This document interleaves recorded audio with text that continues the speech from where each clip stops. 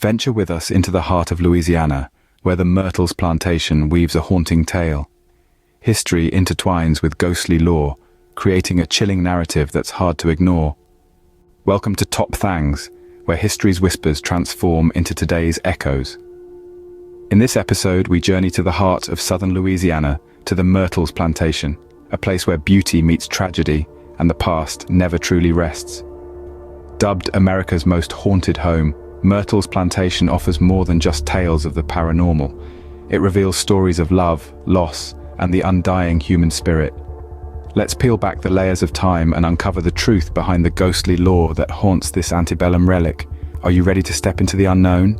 The Myrtles Plantation Hauntings, exploring the history and ghostly lore of Louisiana's infamous haunted house. Nestled among southern Louisiana's bayous rests the stately Myrtles Plantation, considered America's most haunted home.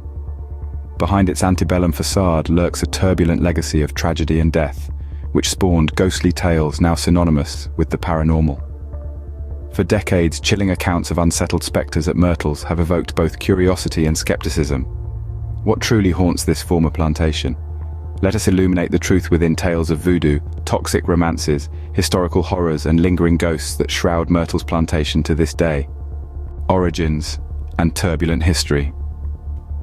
Our ghostly tale begins in 1796, when General David Bradford established Myrtles Plantation on a sprawling stretch near St. Francisville, Louisiana. As legend tells, General Bradford lived there peacefully with his wife Elizabeth and 2 daughters. But after President John Adams pardoned Bradford for his role in the Whiskey Rebellion, Bradford feared state prosecution. Local law claims this paranoia led Bradford to murder a Creole slave named Chloe, who served as the family's housekeeper and nanny.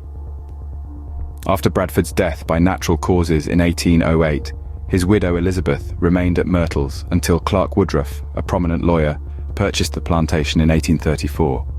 Woodruff moved in with his wife Sarah and 2 children. However, tragedy soon struck when a yellow fever outbreak killed Woodruff and his son, leaving the grieving widow Sarah to assume control of the plantation. Stories proliferated that Sarah took a new lover, a local judge named William Winter.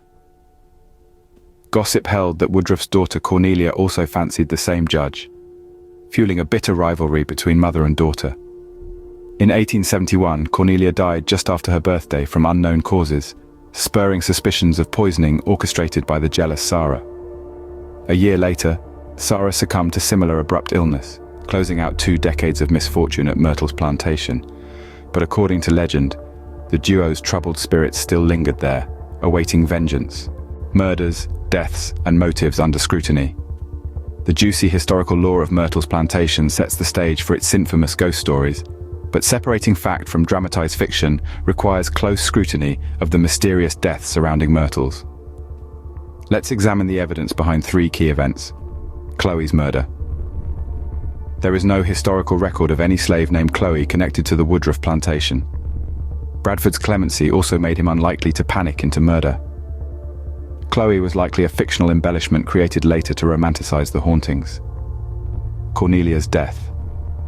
While her passing was unexpectedly abrupt, claims it resulted from Sarah poisoning her daughter remain unsubstantiated speculation. Records show Cornelia's official cause of death was bilious fever, casting doubt on the murder theory. Sarah's demise. Similarly, despite suspicions, no evidence proves Sarah was poisoned by avenging Cornelia's ghost or other killers.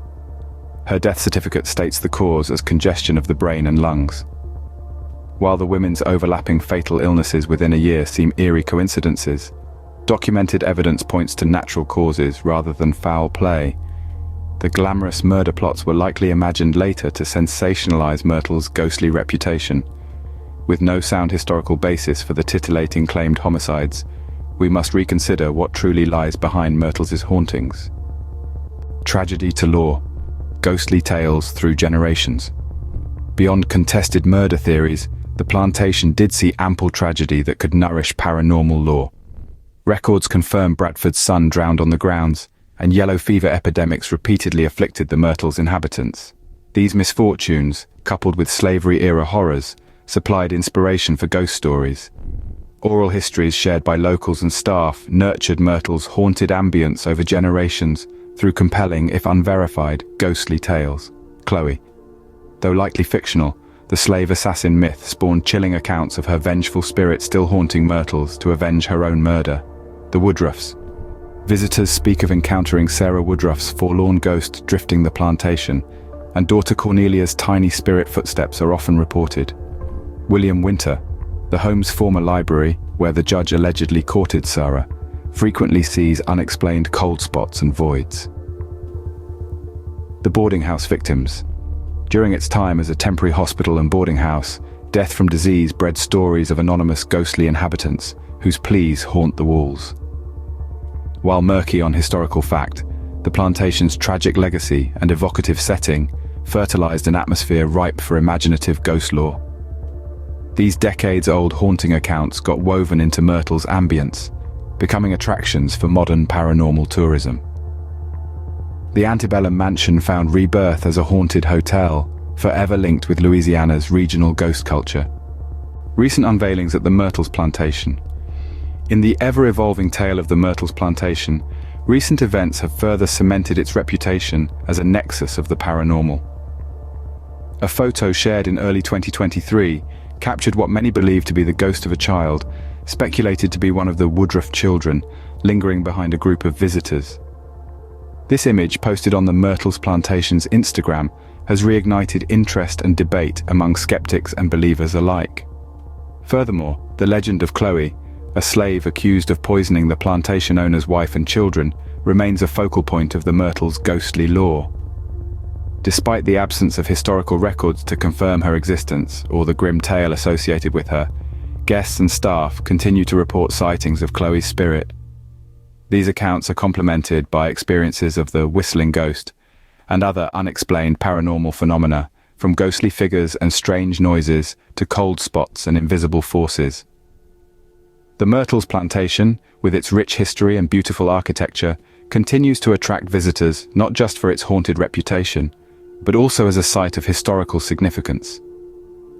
It offers guided ghost tours alongside historical tours, providing a glimpse into both the plantation's storied past and the ghostly tales that have emerged over the years. Whether drawn by curiosity about the paranormal or interest in Louisiana's history, visitors to the Myrtles find themselves stepping into a world where the past seems to persist, whispering tales of tragedy, intrigue, and the unexplained. History's haunted imprint. Our exploration reveals Myrtles Plantation to be a premier example of imaginative retellings, transforming tragic history into captivating supernatural legend. Though evidence for the sensational murder stories remains thin, the plantation's unfortunate past nourished fertile grounds for emotive ghost tales. Lacking conclusive records, the motives and facts behind the women's deaths invite intriguing speculation over the centuries. The true ghosts of Myrtles may be the human needs its stories reveal, our desire for mystery, romance, and meaning against the starkness of death. More than validating any apparitions, the plantation's enduring mystique lays bare these spirits within ourselves. For within the shadows of history, we each discover our own hauntings that call back across the years, reminding us of humanity's endless quest to exorcise the imprint left by the past. As our visit to the Myrtles Plantation comes to a close, we're left to ponder the thin veil between past and present, fact and fiction. The plantation's rich history and eerie tales of hauntings prompt us to question the nature of ghost stories. Are they mere reflections of our fears and desires? Or do they hold a grain of truth, echoing the unresolved energies of those who've passed? We invite you to share your thoughts and experiences in the comments below. What other haunted locations intrigue you? Which mysteries should we explore next? Your curiosity is the lantern that guides us through the shadowy paths of history and mystery. Thank you for watching Top Thangs. See you on the next one. References: Kermeen F. 2017, Ghost Hunting Southern California, Clerisy Press, Brown A. 2010, Haunted Louisiana, The Most Haunted Houses in Louisiana, Schiffer Publishing, Nickel J. 2012, The Science of Ghosts, Searching for Spirits of the Dead, Prometheus Books, 97.3 The Dog, Louisiana's Myrtles Plantation shares chilling photo.